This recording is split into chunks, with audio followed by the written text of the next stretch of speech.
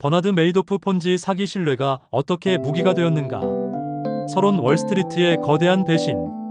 2008년 12월 11일 전 세계를 강타한 글로벌 금융위기의 그림자가 채 가시지 않은 뉴욕 월스트리트에서 또 하나의 거대한 폭탄이 터졌습니다.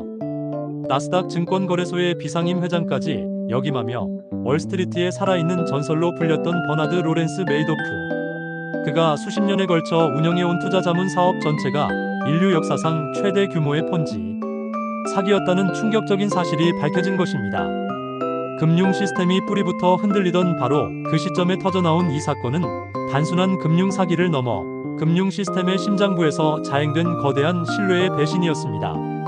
그가 고객들에게 장부상으로 약속했던 금액은 무려 650억 달러에 달했습니다. 신화의 탄생 월스트리트의 거물 버나드 메이도프. 버나드 메이도프는 하루아침에 나타난 사기꾼이 아니었습니다. 그는 50년 가까이 월스트리트에서 신망과 존경을 쌓아올린 입지전적인 인물이었습니다. 1960년 그는 단돈 5천 달러를 가지고 버나드 엘 메이도프 투자증권을 설립했습니다. 그의 사업은 크게 두 갈래로 나뉘었습니다. 하나는 합법적이고 혁신적인 시장 조성자 사업이었습니다. 시장 조성자는 특정 주식의 매수 마이너스 매도 호가를 지속적으로 제시하여 투자자들이 원활하게 거래할 수 있도록 유동성을 공급하는 역할을 합니다. 메이도프는 이 분야의 선구자였습니다. 그는 컴퓨터를 이용한 전자거래 시스템을 월스트리트에서 가장 먼저 도입한 인물 중 하나였으며 이는 훗날 나스닥 거래소 탄생의 기술적 기반이 되었습니다. 그의 회사는 나스닥 시장에서 가장 큰 시장 조성자 중 하나로 성장했고 한때 뉴욕 증권거래소에 상장된 주식 거래량의 9%까지 처리할 정도로 시장에 막대한 영향력을 행사했습니다. 그는 나스닥의 이사회 의장직까지 오르며 명실상부 월스트리트의 거물로 인정받았습니다. 이 합법적인 사업의 성공은 그의 이름에 누구도 의심할 수 없는 강력한 후광을 입혔습니다. 다른 하나는 비밀스럽게 운영된 투자자문 사업이었습니다. 바로 이 사업 부문이 거대한 폰지 사기의 무대였습니다. 이 두 사업은 철저히 분리되어 운영되었고 그의 합법적인 사업에서 나온 명성과 신뢰는 비밀스러운 사기 사업을 위한 완벽한 위장막이 되어 주었습니다. 유혹의 기술 어떻게 모두를 속였나? 메이도프의 폰지 사기가 수십 년간 발각되지 않고 유지될 수 있었던 비결은 그의 치밀하고 교묘한 수법에 있었습니다.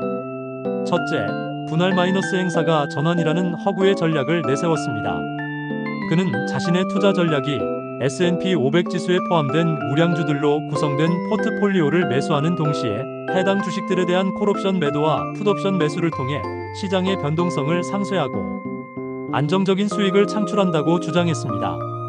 이는 실제 금융시장에서 사용되는 칼라 전략과 유사하게 들려 매우 그럴듯하고 전문적으로 보였기에 금융 지식이 있는 투자자들조차 현혹되기에 충분했습니다. 하지만 실제로는 어떠한 주식이나 옵션 거래도 이루어지지 않았습니다. 모든 것은 서류상으로만 존재하는 유령 거래였습니다. 둘째, 너무 좋지만 믿을만한 수익률의 마법을 부렸습니다. 전형적인 폰지 사기는 비현실적으로 높은 수익률을 약속하지만 메이도프는 연 10에서 12% 수준의 수익률을 꾸준히 그리고 안정적으로 제공했습니다. 이는 시장이 폭등할 때도 폭락할 때도 거의 변함이 없었습니다. 이러한 비정상적으로 낮은 변동성은 그 자체로 위험 신호였지만 투자자들은 오히려 이를 메이도프의 마법이라 부르며 맹신했습니다. 대박이 아닌 안정성을 내세운 그의 전략은 의심을 피하는 동시에 투자자들에게 깊은 신뢰를 심어주었습니다. 셋째, 비밀주의와 배타성을 활용했습니다. 메이도프의 펀드는 아무나 가입할 수 없었습니다. 기존 투자자의 소개를 받거나 메이도프의 까다로운 심사를 통과해야만 하는 초대 전용 방식은 오히려 투자자들의 욕망을 자극했습니다. 그의 펀드에 가입하는 것은 부와 명예를 가진 선택된 소수만이 누릴 수 있는 특권처럼 여겨졌습니다. 이러한 배타성은 펀드의 실체에 대한 외부의 감시를 차단하는 효과적인 장벽이 되었고 투자자들에게는 자신이 특별한 클럽의 일원이라는 심리적 만족감을 주었습니다. 넷째, 사기 제국의 엔진실을 철저히 통제했습니다. 메이도프의 사기 행각은 그의 투자자문 사업부가 위치한 뉴욕 립스틱 빌딩 17층에서 통제되고 조작되었습니다. 이곳은 합법적인 시장 조성 사업이 이루어지던 18층, 19층과는 완전히 격리된 비밀의 왕국이었습니다. 사기의 총괄 책임자는 그의 신복 프랭크 디파스칼리였습니다.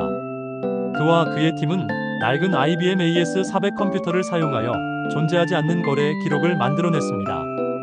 최신 시스템 대신 구식 컴퓨터를 고집한 이유는 회사의 합법적인 메인 네트워크에 어떠한 디지털 흔적도 남기지 않기 위함이었습니다. 이들은 매달 말 고객들에게 발송할 보고서를 만들기 위해 과거의 주가 데이터를 뒤져 수익률이 약속된 수치에 근접하게 나오는 날짜의 거래를 발명해냈습니다. 외부 감사를 속이기 위해 그는 뉴욕 교회의 이름 없는 작은 회계법인 프릴링 앤 호로비츠를 감사인으로 지정했습니다. 이처럼 작은 회계법인이 수백억 달러 규모의 펀드를 감사한다는 것은 명백한 위험 신호였지만 메이도프의 명성에 가려 누구도 이를 심각하게 문제 삼지 않았습니다.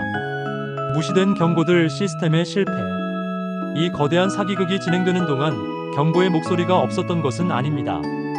재무 분석가 해리 마코폴로스는 1999년부터 메이도프 펀드의 비정상적인 수익률에 의문을 품었습니다.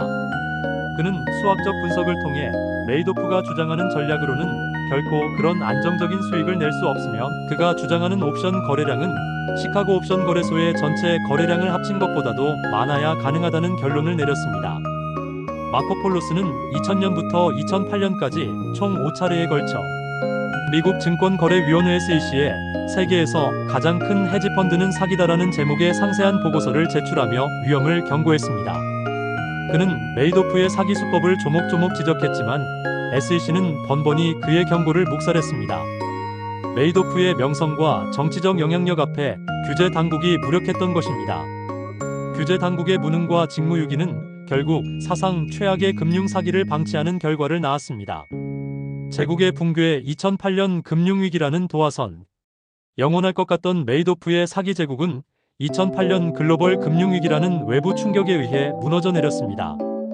리먼 브라더스의 파산으로 촉발된 금융시장의 붕괴는 투자자들의 심리를 극도로 위축시켰습니다.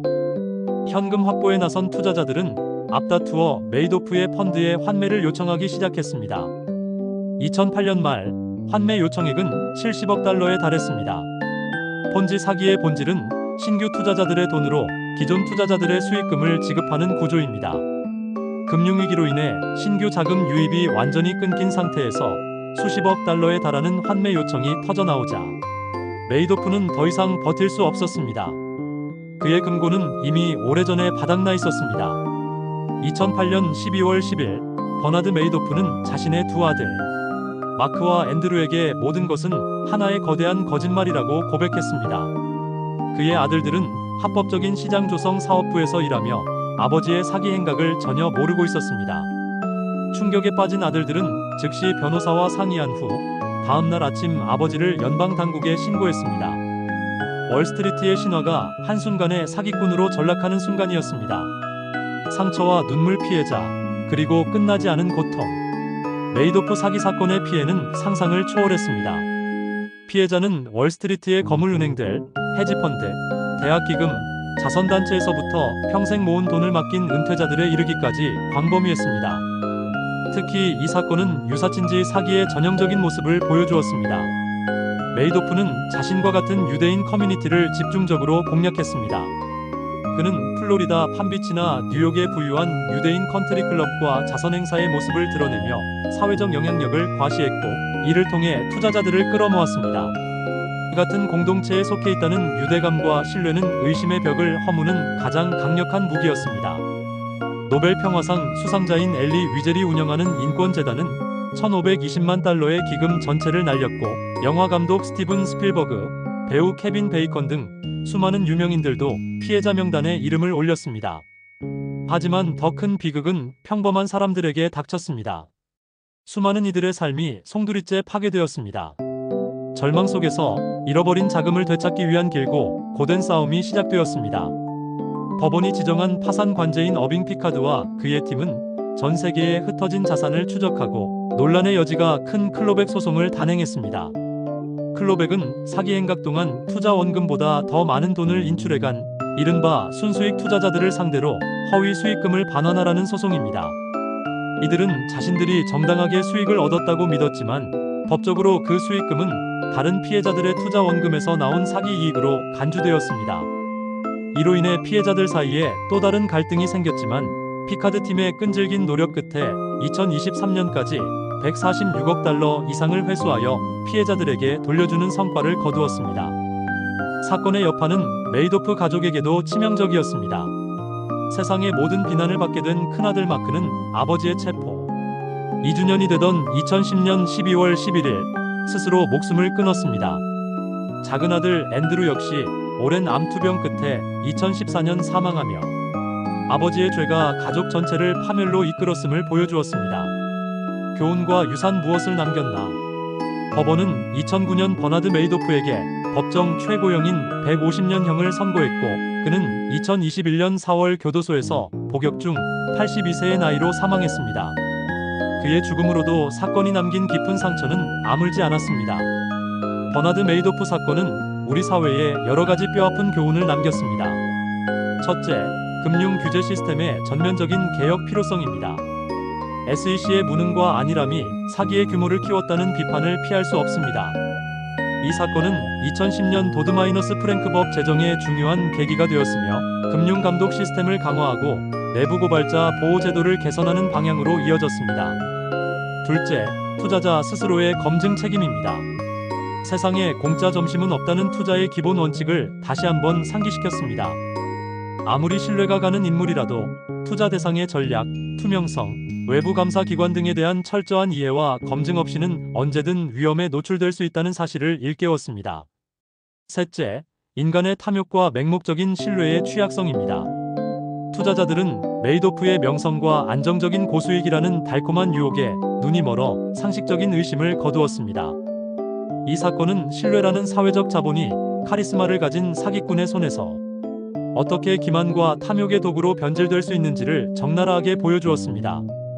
결론적으로 버나드 메이도프 사건은 한 개인의 일탈을 넘어 월스트리트의 구조적 결함, 규제 당국의 실패, 그리고 인간의 심리적 약점이 총체적으로 빚어낸 거대한 비극이었습니다. 그의 이름은 이제 폰지 사기의 대명사이자 금융 자본주의의 어두운 이면을 상징하는 영원한 낙인으로 역사에 기록되었습니다. 본 콘텐츠는 일반적인 건강 정보이며 전문적인 의학적 조언이나 진료를 대체할 수 없습니다. 건강에 문제가 있을 경우 반드시 의사 등 의료 전문가와 상담하시기 바랍니다. 제공된 정보의 활용에 대한 모든 책임은 전적으로 사용자 본인에게 있습니다.